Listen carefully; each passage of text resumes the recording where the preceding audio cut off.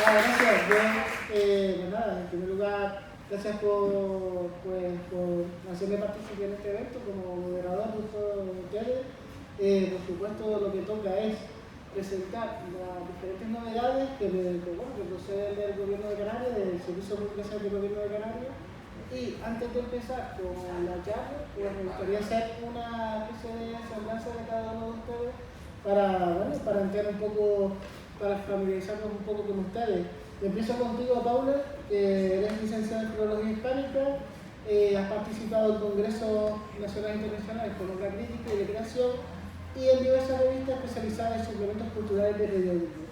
Tienes publicado pues Sapi, Cuentos de Sociedad Anónima, y en poesía pues Recinto, Salud de Alicia, Manzana, Son de Tántalo, Esta falacia que se sangre impune, Antología de 1990-2002, Vicios ocultos y de revisión como arte. Y bueno, aquí tenemos pues tu última publicación, que es pues Accusatio non petita, ¿vale? También tenemos a mi derecha pues a Blanca Hernández Quintana, que es doctora en Filología Hispánica por la Universidad Complutense de Madrid. Tienes máster de periodismo por la Universidad de Las Palmas de Canarias. Actualmente eres profesora de lengua y literatura en dicha universidad, ¿vale? En cuanto a tu trayectoria como investigadora, pues se centra en las escritoras del siglo XX y sobre todo pues estudios de feminismo, estudios de género, la teoría queer, ¿vale? No sé si lo dije bien. Sí. Y su aplicación a la didáctica.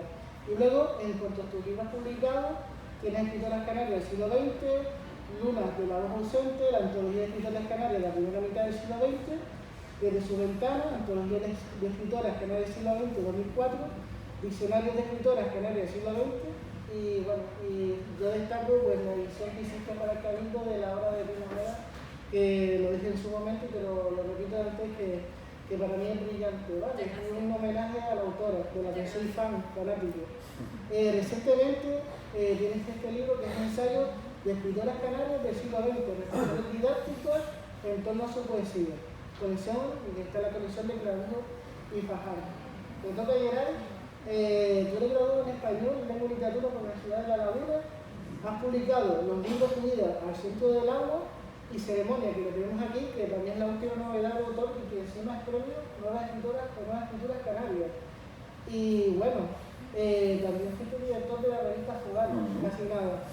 Vale, y después como crítico has preparado la edición de Los Cuentos Unidos de Josefina Zamora, que lo hablaremos con un poquito, aunque no esté aquí pues su libro.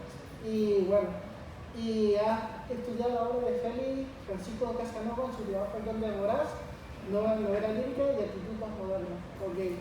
Y termino con Daniel Bernal, ahora se escucha mejor, que eres escritor, crítico literario y gestor cultural. Y ha recibido, entre otros premios, pues el de Ciudad de Tacoronte, el Luis Feria y el Pedro García Cabrera. Y bueno, y ahora toca pues presentar tu último premio, que es también el de Nuevas Escritoras Canarias con el Meditaciones del Pez Abisal. También tienes publicado los poemarios de Escolio con Fuselaje Estival, Corporeidad, Odiana, El Tiempo de los Lembres y el volumen de microrelatos Manual de Crucifixión. Pues dicho esto, pues vamos a pegar ya. ¿Y a quién le toca? Me toca a ti, Blanca. ¿Me toca a mí? Te toca a ti. Entonces, bueno, yo me gustaría hacer un poco de linealidad, porque ayer, como ustedes saben, fue la presentación de Neverena Estrella de Josefina de la Torre, y hay una cosa que siempre me ha llamado la atención sobre este tema de Josefina, pues, a ver si lo digo, pertenece a la Sin Sombrero, de que ha habido como una especie de marginalidad hacia la mujer, hacia la escritora, no solo ya por el término de generación, sino por el hecho de ser mujer. Y en este sentido, tú podrías hablar un poco sobre eso y hablar un poco sobre las escritoras que estás hablando en los libros, sobre esa doble marginalidad. Sí, esa doble marginalidad. Buenas tardes a todos y a todas, muchas gracias por estar aquí. También quería agradecer al Gobierno de Canarias y a Cultura en Red la labor de edición, de publicación y de divulgación que están haciendo de la literatura que se escribe en Canarias, y relacionando con lo que está diciendo Pablo. Quería comentar la importancia de la recuperación de la escritura femenina. A veces lo de decir femenina parece que suena mal, ¿no? Pero podemos cambiar y decir literatura escrita por mujeres, es prácticamente lo mismo. Analizarla supone descubrir otra forma de pensar, otra forma de estar, otra perspectiva. Cuando yo empecé a analizar las escritoras canarias en general, me di cuenta de la transgresión que suponía para ellas no solo el escribir, sino también el ser mujer y a los imperativos de género a los que se tenían que enfrentar.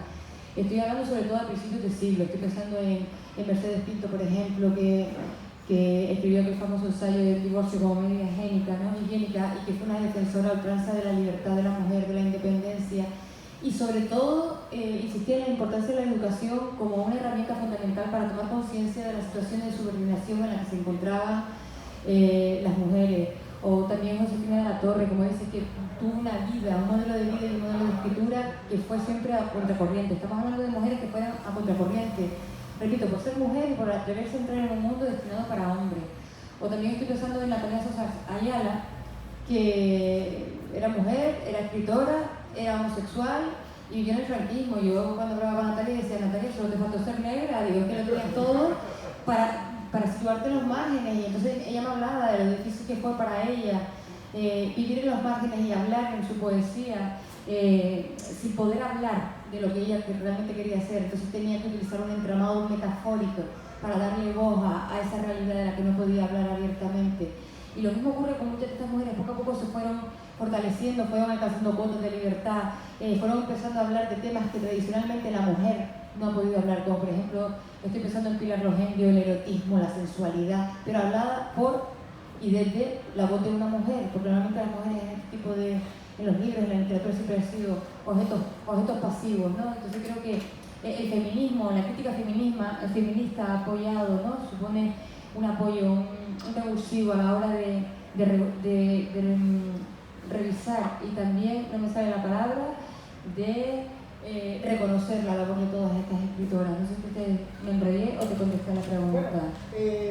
Bueno, no, está perfecto. Incluso me adelanto un poco a unas preguntas porque en tu estudio sobre Pino Ojeda tú utilizas el libro de Virginia Woolf, Una habitación propia, para indicar, y corrígeme si me equivoco, de que una artista,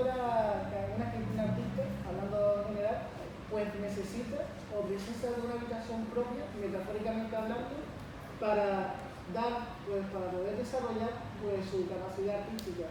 Yo te iba a preguntar, y a lo mejor tú ya estuviste respondiendo a esa pregunta, sobre esas habitaciones propias de las autoras que tratan en ese libro.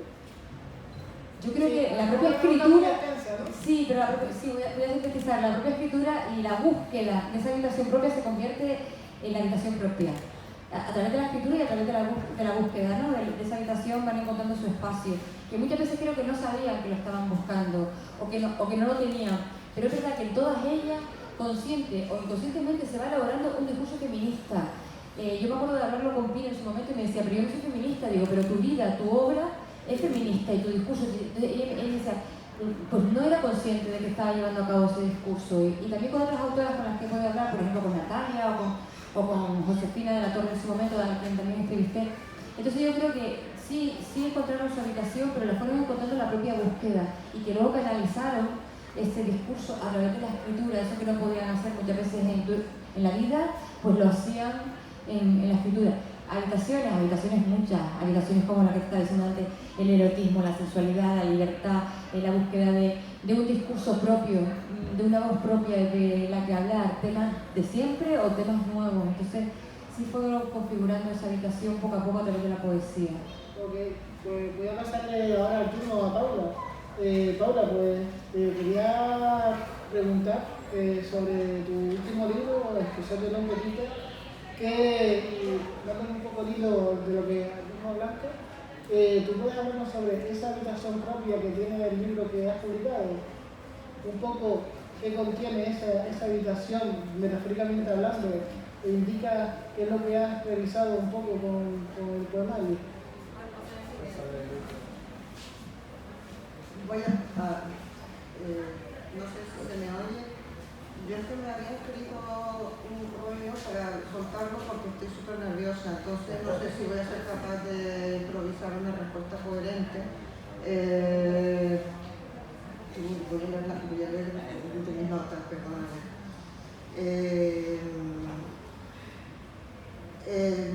Y la pregunta que me hacen me recuerda un poco a la pregunta que me hicieron cuando grabaron por parte de Cultura en Red unas píldoras audiovisuales que estoy esperando como agua de mayo, a todos los que...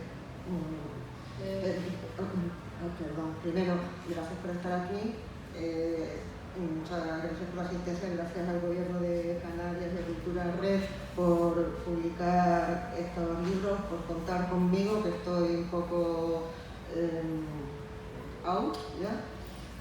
Pero nunca he dejado de escribir y no creo que lo haga nunca. Y entonces esta colección se ha vuelto a sacar ahora otra vez, eso lo puede contestar mejor Daniel, como encargado de estas ediciones. Creo que soy la única viva. Perdón. Bien, y entonces cuando hicieron las grabaciones esas famosas me decían, ¿qué lugar ocupa este libro en tu obra? El último. Como cuando entras a la tienda y dices, ¿quién es este? El último, ¿qué es? El último, ¿qué lugar ocupa este libro en tu obra en la habitación? Digo, el último, porque a ver, entonces yo antes de venir estuve escribiendo como las locas ahí que no entiendo ni la letra, y entonces los títulos de mis libros no sean aleatorios, ni los, o sea, yo soy lenta pero segura, soy como una tortuga. Algún día, cuando las cucarachas que sobrevivan al holocausto que está por venir, escribirán una tesis sobre mí, y entonces verán. El primer libro que publiqué se llamaba Recinto, en el año 94, y era un libro de la típica recién licenciada en Filología Hispánica, que está muy influenciada por el neocarnacionismo y el simbolismo, y es todo muy metaliterario y lleno de metáforas, etc. Y, en fin, y incluso por tanto Luis Alberto de Cuenca como por todo el canon occidental que eran hombres, ¿no? Tanto gays, tanto LGTB como heteros, pero hombres principalmente. El segundo libro era Saludos de Alicia y trataba más bien de el sentimiento que me invadía de irrealidad y de búsqueda de la identidad. El tercer libro, Manzanas son de tántalo, el tema principal es el deseo o la falta del deseo, la identidad y la orientación sexual, y nada estaba claro. Y eso se va planteando a lo largo de todo el libro. Vicios ocultos, está en el año 2007, en un juego de palabras. Pedro Flores me hizo el prólogo y dice, es un libro sobre su maternidad. No, hablo de mi hijo, pero es un libro sobre mi divorcio. Porque es la casa que se viene abajo. Son los libros, los vicios ocultos, son las cañerías, las humedades, todas las porquerías que se vienen abajo y son las casas que se resquebrajan. Pero bueno, dice que sobre la maternidad, lo dice un hombre, que es Pedro Flores. Porque claro, me decían, ¿por qué no escribes? ¿Por qué no escribes sobre la maternidad? Como había tenido un hijo, digo, no, era otra cosa. Es el libro de un divorcio, de un fracaso y un infierno.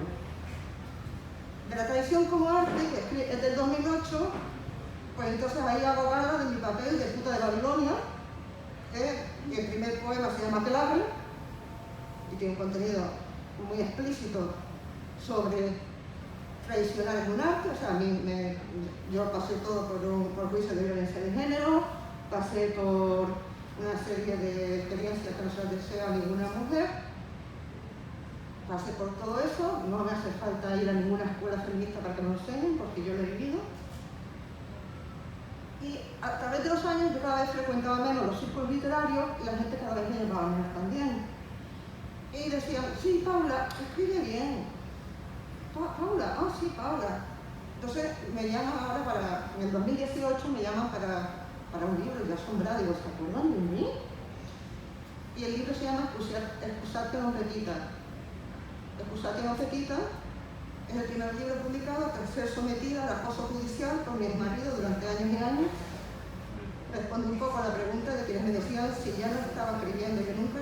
dejé ni dejaré de escribir y voy buscando mi camino.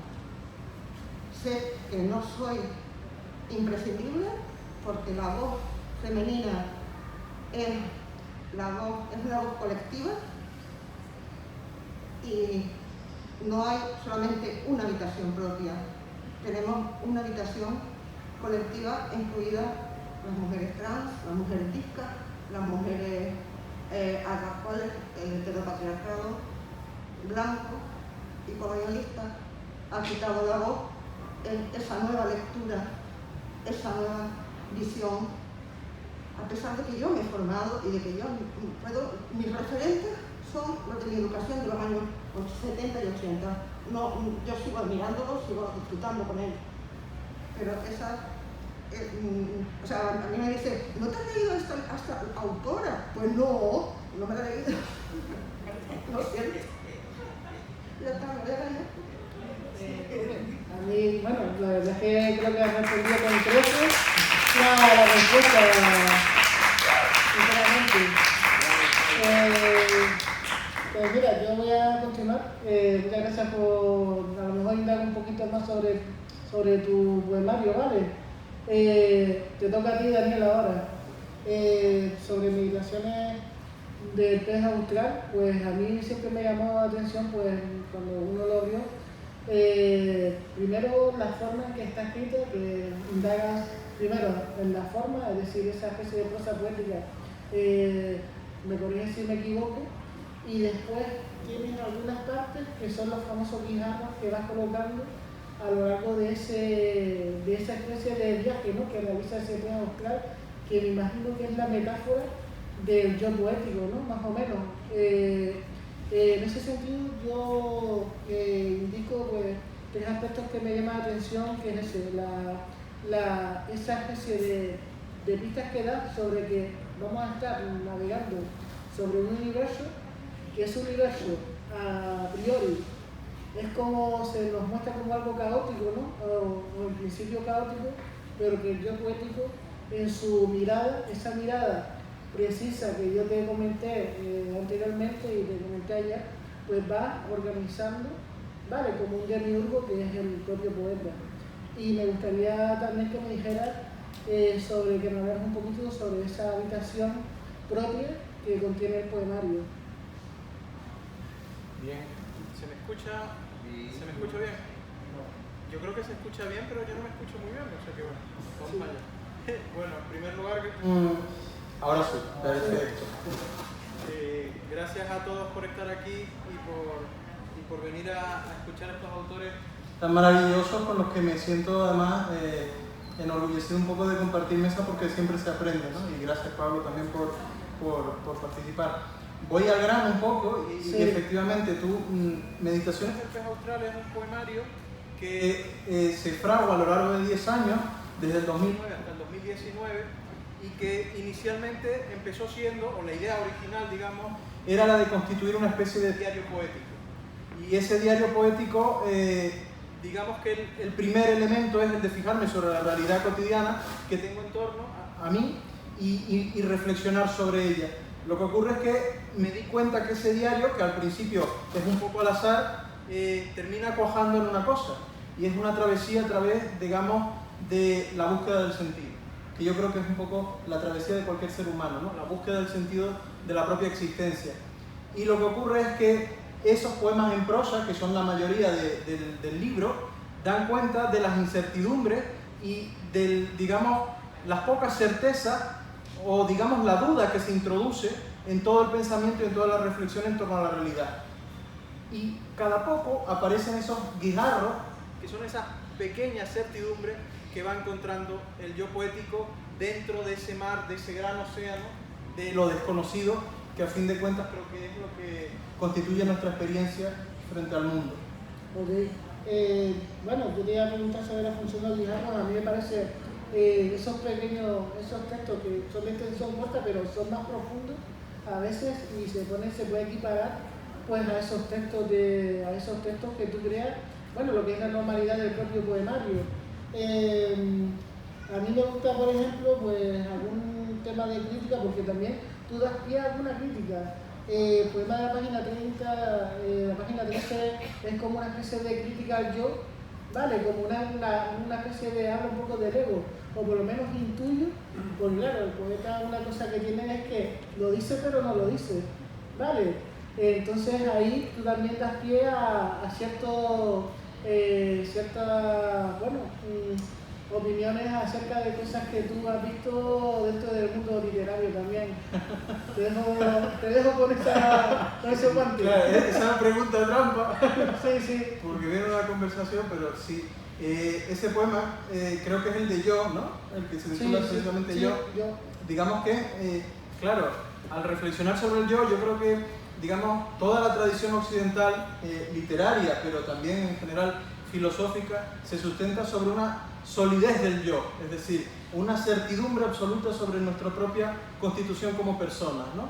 Y creemos ser unívocos, tener una personalidad que se manifiesta siempre en todas las circunstancias. Y realmente cuando ha avanzado el conocimiento, nos hemos encontrado que el yo de cada uno de nosotros es fragmentario. Y a veces jugamos roles diferentes en función de las circunstancias, y a veces en nuestras propias relaciones sociales nosotros utilizamos máscaras, ¿no? Que es algo que está muy presente también en el libro. Las máscaras que utilizamos para disfrazarnos frente a los demás, y también las máscaras, quizás las más importantes, que utilizamos para disfrazarnos frente a nosotros mismos, para escondernos, ¿no? Y en ese sentido hay una crítica muy clara a la idea del yo y también a un poco al narcisismo contemporáneo. Ok, y bueno, por último, pues me quedo con El bosque de símbolos, ese poema de la página 71 con una cita de Baudelaire, en el que hace un poco ese tipo de correspondencia, esa técnica de correspondencia, o por lo menos hace ese pequeño homenaje a Charles Baudelaire, y también da la pista de cómo has ido trazando pues esas imágenes, las imágenes que por cierto se te nota tu formación y tu mirada académica, en esa precisión a la hora de nombrar las cosas, ¿no? Nombrarlas, pero por supuesto intuirlas, como quien dice, ¿no? Con ello pues paso yo a llegar, te toca. Me llama mucho la atención el título de la ceremonia. Y me viene un poco a la mente pues, que la ceremonia es esa especie de, bueno, la vida en sí, ¿no? El tema de cotidianidad. ¿Es así? Sí, bueno, primero que nada, muchas gracias por venir y reitero las gracias que han dado todos a estas ediciones que hace el Gobierno de Canarias, que me parece una propuesta bastante interesante. La ceremonia es básicamente, desde que nacemos, cumplimos una serie de ritos repetidos, es decir, nacemos, la familia te espera, te van a visitar a tu casa, te bautizan, por lo menos hasta mi generación funcionaba así, y unos ritos que supuestamente yo debía repetir, pero yo considero que pertenezco a una generación que nació, se gestó con un objetivo, con unas ideas de vida que antes de llegar a cumplirlas se vieron truncadas. Entonces, en ese sentido creo que pertenezco a una generación cansada antes de tiempo, y por eso en los poemas se percibe cierto aire de derrota, de cansancio con el trabajo, de no cumplir objetivos, pero a la vez es un yo derrotado que no se rinde, es decir, que ejerce la crítica y tiene cierta esperanza a cambiar su situación.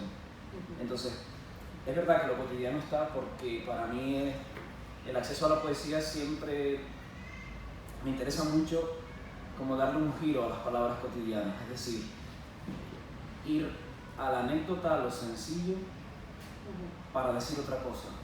Entonces, me interesa eso, lo que sucede en la vida, en el instante de la vida. Sí, yo te lo comenté antes que, bueno, uno pues, como profesor, pues a veces, dando un poco de tema marcado, me gusta eso de eternizar lo momentáneo, y cuando pasó el libro por mis manos, pues parece como si tú hicieras de eso, bueno, como si rompieras ese automatismo y dijeras, vamos a pararnos para ver lo que está ocurriendo y tal, porque yo creo que esa mirada de, a lo mejor de desengaño, pero su indignación, pues rompe un poco con eso.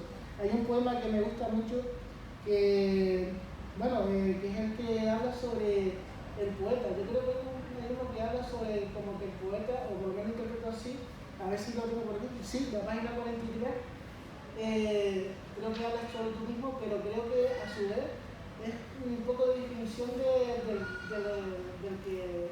que tiene la mirada y cómo la recoge, la devuelve, pero bajo ese tono que tú me comentas. Exacto, básicamente este es el libro de alguien que llega a casa cansado a las 7 de la tarde y dice, quiero escribir, pero estoy cansado.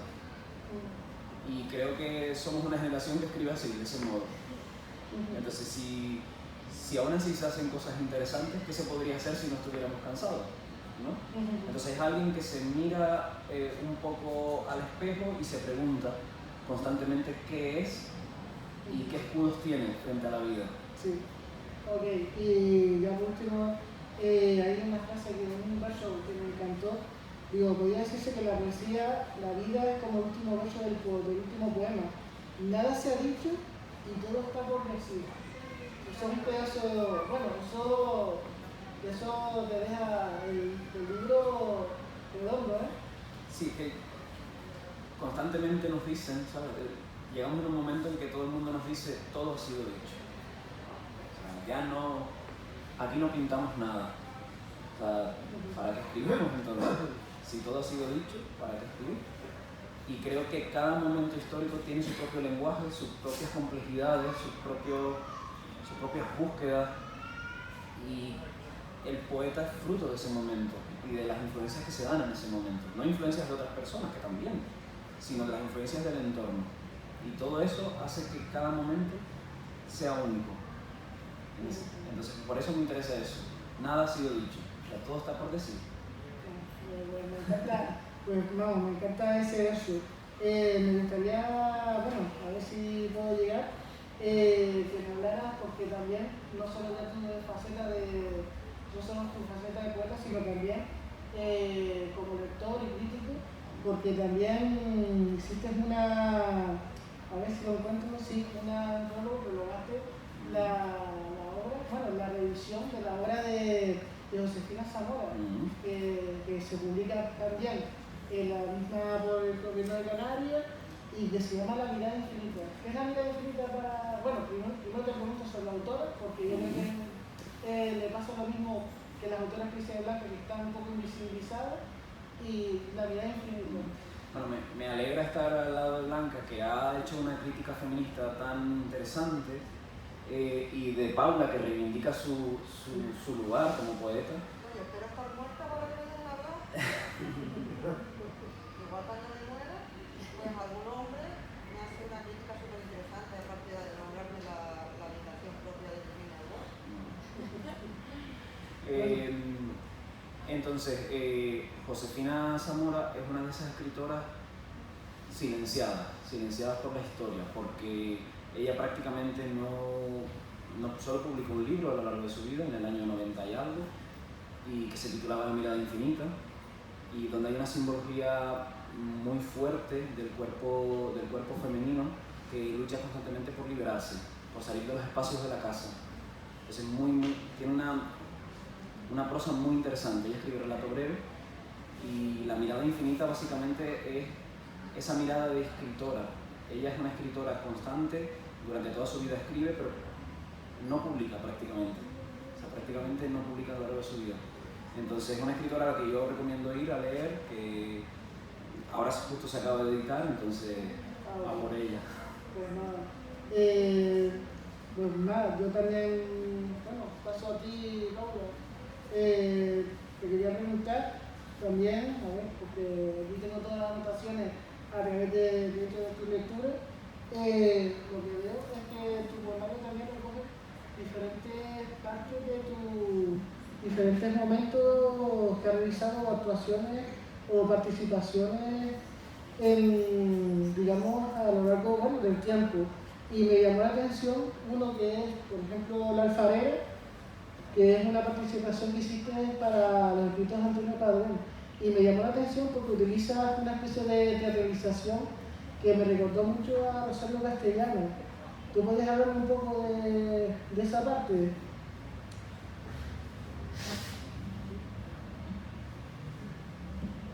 mí me recuerda a Federico García Lorca, porque yo tengo la formación que tengo, que es la formación clásica que se notaba a las niñas y a los estudiantes en los años 80. Lo siento mucho por Rosalía Castellano. Es mi influencia, Federico García Lorca. La puse porque eso se editó en un libro la primera vez que se hizo el homenaje a Antonio Padrón por parte del Cabildo, y se quedó un poco muerto ahí, y la verdad es que Antonio Padrón es un pintor increíble, indigenista, es una maravilla de pintor que tenemos aquí en Galda. Sus cuadros son, yo escogí 4 cuadros en concreto, cada vez más abstractos, con la mujer, con la figura de la mujer cada vez más geometrizada, y entonces hice lo concebí como una pequeña ópera. Me encantaría que se pusiera música, que se musicara y que se llevara al teatro. Pero bueno, eso no está en mi mano porque yo no conozco músicos, pero bueno, a ver si se me ocurre ahí. Y ¿cómo era el resto de la pregunta? Perdón. Sí, ¿me podías hablar un poco sobre la alfarera, esa parte? ¿Por qué la que revisaste? Sí, la revisé, pero eso fue hace muchísimo tiempo. La quise rescatar porque salió una edición del año 2002 en un libro de varios autores con muchísima gente que cada uno escribió, uno escribió un pequeño ensayo, otro escribió un texto de media página, otro escribió tal, y yo la verdad es que le dediqué mucho tiempo y mucho cariño a esa y además siempre me ha gustado la parte interdisciplinar de relacionar la poesía con la música, o la poesía con la pintura, o la poesía con no sé, con la danza, y entonces en este caso además era algo muy canario. También tengo una lucha interna entre mis raíces canarias, el indigenismo, todo lo que resultó, está muy poco, no sabemos, o si lo sabemos, lo digo no sabemos, perdonen ustedes, es una forma de hablar, si lo sabemos, pero quizás no son conscientes las generaciones jóvenes de la maravilla que es Antonio Padrón, que es el indigenismo, que solamente está presente el indigenismo en México, en Canarias. Es una pasada. Es que eso debería de verdad la gente de estar en procesión ahí. El Cabildo de Gran Canaria tiene un tesoro con esa casa museo. Y las que tienen una proyección internacional que ni César Manrique ni leche, César Manrique es otra cosa. Y se me cae la mascarilla. Y bueno, nada, y que la profundidad y el alma que atrapaba en su creo que no sé, el rescate del libro, si me permite, el libro doy mucha importancia a cómo estructuro mis libros. Yo escribo, llevo publicando desde el año 90 y doy muchísima importancia. Yo tenía un profesor, Jesús Páez, que siempre nos decía que los libros no eran, ¿cómo se llama?, libretitas de estampa, libretitas de cromo. ¿Llegáis tú también de clase? Sí, sí. ¿A ti sí te dio clase? Sí, profesor de contemporáneo. Sí, de contemporáneo. Y con el Baudelaire, que tú nombraste Baudelaire. Sí. ¿Y me nombró Baudelaire? Sí, porque... nombraste tú Baudelaire. Ay, estoy fatal, perdón, de la izquierda a la derecha. Mira, la izquierda a la derecha, ¿ves? Estoy fatal. Perdón, los Baudelaire, yo también tenía Baudelaire apuntado por ahí en una de las notas, con lo de mi corazón al desnudo, porque yo que voy a... y entonces siempre las lecturas de los libros me las pienso mucho, me las curro mucho, aunque recicle material, pero es que es como ¿caché la mascarilla? No, disculpa, es que se nota que tiene una linealidad en el poemario, pero sí descubrí, bueno, en ese sentido, que el libro, pues esa parte, pues tenía la forma y encuadra un poco con la esencia de Antonio Padrón, como tú dices. Me gustaría, si permítame que te haya cortado, Paula, porque me gustaría antes que nada pues dejarle una última ronda antes de que que dé el turno de preguntas, por si ustedes quieren indicar algo que no les haya podido indicar, y si no, pues paso a la ronda de preguntas, ¿no? Del público, si lo tienen conveniente. Pasamos, ¿eh? Leamos, ¿sí? Si quieren podemos leer aquellas personas que tengan, pues, bueno, los libros de canción, pues, que lean un texto. ¿Quieres empezar tú, Paula? No, porque es fatal, pero no quiero ser otra persona. Empiezas tú, Daniel. A encontrar uno. Bien, voy a leer uno de esos pequeñitos que decía Pablo, que se titulan guijarros, y que son precisamente como esas piedras dejadas en el camino o encontradas en el camino. Guijarros 1. Entre mi forma acuosa y mi forma aérea, un espejo en sombra saluda mi rostro. Yo soy la raíz móvil que se ausenta. Ok. Geray. Vale. Bueno, voy a leer uno que se titula El altavoz anuncia que alguien ha muerto. No sé si en Gran Canaria pasa, pero en Tenerife, los pueblos pequeños, es muy habitual que un coche con un altavoz pase anunciando a la persona que ha fallecido. El entierro, la misa, etc. Los perros lloran cuando el altavoz anuncia a los muertos. La abuela abre la ventana y espera que no sea otra amiga la que duerma esa noche en una habitación de pinto. El abuelo pregunta después. Prefiere el silencio. Ignora cómo el aire se lleva los cuerpos a través del sonido. Cómo él recorrerá el pueblo en unos años desde una voz extraña. Pregunta luego si la abuela sabe quién ha sido y discuten un rato posibles parentescos. Los perros callan y ellos suben el volumen de la televisión. Ahora, ¿te anima? Lo que pasa es que mis poemas son un poquito largos, entonces voy a leer una. Perdón. El poema, yo creo que el poema más importante del libro es Bernardo y Roberto de leer nunca en la vida en público. El poema para mí más importante del libro, ideológicamente hablando, se llama Balada. Tiene un título larguísimo, pero así lo voy a leer. Se llama algo así como Balada para un psicoanalista enfermo de lenguaje o algo así. Y me empieza a meter ahí a darle caña a los psicoanalistas, a la cama, pero no, lo que voy a hacer es leer un poema que escribí ayer en Twitter. Son peores. Porque a veces pienso en endecasílabos, me pasa.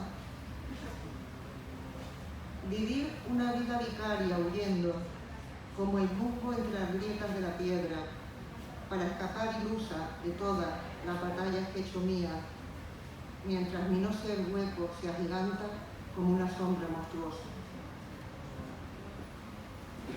Bueno, pues si nadie quiere preguntar nada a los autores, pues ya damos por concluida la sesión.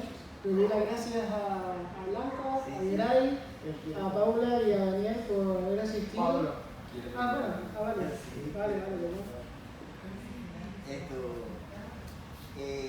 Yo no para preguntarte, Geray, y en este caso me llamó la atención una cosa, además, todos los conozco, incluida Blanca, aunque ella no me conozca a mí. Que me llamó la atención una cosa que dijiste de todo, de nada nuevo bajo el sol, que como un acto de rebeldía, ¿no? Pero es que en verdad, es que todavía yo he estado desde 2009 con toda suerte, digo toda suerte grande como Dani, como tú, como montón de poetas jóvenes, ¿no? Poetas y poetas. Y yo les decía, no, pero es que todavía no se ha dicho lo que tiene que decir tú. Por lo tanto, todavía queda por decir. Incluso diciendo lo mismo, ya es diferente. Y con respecto a eso de escribir cansado, escribir cansado es lo mejor que puede haber. Y más cuando uno se ha pegado ya de jubilada, por suerte. No que sea muy mayor, sino que me jubilé por otro motivo, pero bueno, sí, soy muy mayor respecto a la gran mayoría que estamos. Yo escribía mis horas muertas, es decir, las horas en que no hacía nada, que eran pocas, ¿no? Pero que resulta que esas horas muertas eran las horas vivas, no mías, sino de la poesía. Y esas horas muertas ya sabemos lo que pasó con las horas muertas, ¿no? Y yo todavía no lo creo. Es decir, cuando más cansado, y tiene que ver con el tema que decía Daniel, cuando más cansado y más mortificado esté el cuerpo, lo que decía también, poco y no por nada, es cuando sale ese yo poético verdadero, no el yo que tanto sabe, que yo sé escribir sonetos, o yo sé poner esta metáfora aquí, no. Es cuando sale ese yo poético verdadero, no el yo, sino el que tiene su habitación propia, bonita metáfora, me encantó, Pablo. Pero nada, no tenía nada que decir, ¿viste? Bueno, la habitación propia es el libro de Sí, para mí es uno, para mí exactamente. Hombre, ha sido muy inclusión en el feminismo para entender un poco lo que es la actitud de las escritoras y tal. Y una cosa se me olvidó preguntarte, Blanca, hablaste de Pino Ojeda, y disculpa que rompo un poco el orden de la exposición, pero Pino Ojeda escribió sin referentes femeninos. ¿Ocurre lo mismo con las demás escritoras? Sí, ocurre lo mismo con todas, y por eso yo creo que es tan importante visibilizar a las escritoras, porque es necesario ofrecer referentes alternativos, diversos y múltiples, que de alguna forma respondan a la diversidad que existe en la sociedad. Daniel antes estaba hablando de la construcción del yo, y yo creo que para la construcción del yo la cultura juega un papel fundamental, y la literatura no es neutra, y el escritor y a su vez el lector, pero sobre todo primero el escritor o la escritora toma una posición, toma una perspectiva, una forma de mirar, una forma de decir, una forma de interpretar el mundo, de valorarlo. Y creo que ofrecer esos referentes alternativos son necesarios. A veces pienso en la didáctica, por eso quise enfocar el libro de la didáctica. Cuando pensamos en nuestra época de estudiantes, casi todas nuestras lecturas han sido la de hombres, como decía Paula antes, hombres, heterosexuales, claro, que está muy bien, porque yo disfruté mucho con la generación del 98, con Unamuno, Pío Baroja, y está genial, pero no fue hasta mucho más tarde cuando empecé a descubrir esas otras voces, en este caso de las mujeres, que me ofrecieron otra perspectiva de la realidad que había sido ocultada, que había sido ocultada, que estaba invisibilizada. Por eso creo que es importante tener referentes. Creo que poco a poco las nuevas generaciones van encontrando esos referentes, pero las anteriores no los tuvieron. Y los referentes de Pino Ojeda, por ejemplo, y muchas escritoras canarias fueron escritores. Fueron todos hombres, no había esa... Por eso creo que estamos contribuyendo de alguna forma a ofrecer referentes diversos que son necesarios para la construcción del yo, de la identidad personal. Quizá en ese sentido las escritoras jóvenes de ahora sí están teniendo esos referentes. Claro, no sé si a las de ahora sí, pero yo me refiero a las de Claro. no tuvieron, claro. Las de ahora sí, porque las escritoras se están visibilizando más esta labor, por eso es muy grande la labor importante que hace el feminismo en la recuperación de voces de escritoras, ¿no? La crítica feminista, que va más allá, ¿no? Y las de ahora ya están encontrando esos referentes que las de antes no encontraron. Ahora mismo que acabas de decir eso, me acabas de recordar una entrevista a la que asistí del día Abreu, en la que sí se le nota esos referentes femeninos y cómo los ha ido verterlos ahora. Andrea los tiene, porque pertenece a una generación joven, y hablas con ella, te habla de lectura femenina, que ha leído y que de alguna forma ha influido en su forma de escribir, pero claro, una chica joven y se ha encontrado con otro panorama, y no con el panorama que se encontraba pues escritoras de principios del siglo XX, de mitad del siglo XX, estoy hablando incluso de los años 60 o 70, o también de la época de Paula, también la época de Paula. Por eso nombré la parte académica, porque de alguna forma nuestras primeras lecturas, nuestras influencias que nos marcan son la del colegio, ¿no? Y si estudiamos y repasamos el canon literario que se ofrece en la escuela, pues mismo, bueno, Rosalía de Castro, Córdoba Basal y un poco más, y por encima corriendo. Entonces, pero es que muchas veces las referentes de escritoras jóvenes son otras escritoras jóvenes. sí, también. Es decir, se está viviendo ese momento que es bastante interesante, en el que se retroalimentan. Y entonces, por ejemplo, en Sudamérica hay un movimiento de escritoras muy interesante. Sí, jóvenes, además de relato y de poesía. Algunas son muy buenas. Sí. Y entonces eso llega a España, se retroalimenta y está produciendo un momento muy interesante en ese sentido. También hay una cosa que me parece interesante, que es no tener miedo a faltarle al respeto a lo establecido, que es algo que yo digo, cuando sea vieja digo lo que me dé la gana, porque yo ya lo estoy empezando a hacer, o sea, yo ya me da igual, o sea, no me da igual, después me regañan, mis hermanas me van a regañar, yo lo sé, pero me van a decir, por favor, que luego nos vas a enfrentar. Pero, o sea, le falta el respeto a la Real Academia de la Lengua, le falta el respeto a la lingüística prescriptiva, le falta el respeto a... O sea, al canon oficial. A todo, sí, claro, porque a nosotros nos mandaron a leer, si tú te llevas clase también a sus padres, 53 libros en teatro contemporáneo, de los cuales, pues algunos sobrarán. Y yo a eso solo digo como locura, pero algunos sobrarán. No voy a decir más, ¿sabes? Y algunos faltarán. Entonces, yo no sé de qué promoción eres tú, yo terminé en el 89. 2004. Pero vamos, que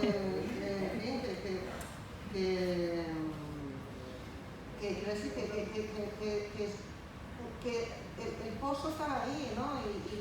Y por eso no tenerle miedo, el lenguaje inclusivo. Yo escribo en Twitter, por ejemplo, muchísimo, también mi familia me regaña por eso, y escribo, pues uso el lenguaje con la E, uso la X, uso la arroba, eso es malo para la gente que tiene una maldición, pero pues por los problemas de género, pues me da, o sea, me da igual, o sea, no tener que usar, no me tiene que dar permiso a la Real Academia Española para usar el lenguaje inclusivo. La transgresión es sana, Paula. La transgresión es sana. Y tampoco me tiene que dar permiso. No me he atrevido todavía a hacerlo en un libro, ni mucho menos. Pero, si nadie me hace caso. Pero, vamos, perdón. Pues nada, otra cosa que quería indicar. Lo de los libros, ¿dónde se consiguen los libros? Porque no están. Bueno, esta parte de la cuña publicitaria me tocó, pero bueno. Simplemente decirles que los libros que se han presentado hoy, los libros que se van a presentar mañana, que también corresponden a la misma hora, además, a las ediciones del gobierno del área de cultura, se pueden adquirir en la librería Canaima, en la librería Sinopsis y en la librería del Cabildo. ¿Vale? Entonces, cuando termine esta feria o si están interesados, pues pueden ir a esas librerías y adquirirlo. Hay una pregunta más. Yo iba a decir una cosa más. Pero espera un momento que deja que participe y le doy paso. ¿Yo? Sí. No, yo no pregunta, sino simplemente un añadido pequeño de añadido a lo que decía Yeray, ¿no? A todo lo que ha dicho, no sé si dijiste, pero todo queda por decir y todo queda por decir. No me acuerdo ya. ¿Te leo el verso? Hay una diferencia entre ese pero y no, porque se puede complementar. No, La medida en que todo está dicho puede significar un agotamiento de los temas, que en ese sentido puede ser cierto, que todo está, es decir, son las tres heridas de las que habla Miguel Hernández, que ya están más que dichas. En el poema dice, los vivos deben saber que nada ha sido dicho, que todo está por decir. Porque todo está por decir, no solo se refiere, creo yo, a los temas que pueden estar agotados, sino también a los procedimientos narrativos o poéticos. Búsqueda de nuevas formas. Exacto. Muchas veces se hace hincapié en el contenido y no en la búsqueda de las formas poéticas y narrativas en el otro caso, ¿no? Que yo creo que es lo interesante actual de los actuales momentos, ¿no? La búsqueda de formas. Sí, no, está claro que casi que desde finales del 19 como que la forma ha sido como una de las obsesiones, incluso poner el poema en la página, como ponerlo más allá de lo que se dice, que también es importante, claro. Porque yo prefiero la forma en el sentido de procedimientos narrativos. Ah, claro, sí, de cómo decirlo también. Exacto, sí. Antes se me olvidó decirte, perdona Geray, antes se me olvidó decirte, cuando me metí con el rollo de internet, también género de mujeres que se han metido en campos que antes no estaban, como la ciencia ficción o la narrativa fantástica, que yo no soy experta, pero que está ahora H.M. Subieta, no me sé su nombre, me sé el nick de Twitter y no me sé el nombre, que está en la feria del libro de aquí, de Las Palmas, y que ganó un premio súper importante, una tía joven, y yo creo que te gustaría conocerlo. Pues lo siento, Antonio, si quieres puedes ya en petit comité hablar un poco porque el tiempo apremia. Yo pues nada, reitero de nuevo el agradecimiento a ti, Blanca, Geray, a Paula y a Daniel por haber venido y bueno, pues aquí está su libro, espero que lo puedan adquirir tal como ha dicho Daniel. Y nada, y muchas gracias a ustedes por haber asistido pues, a la sesión. Muchas gracias.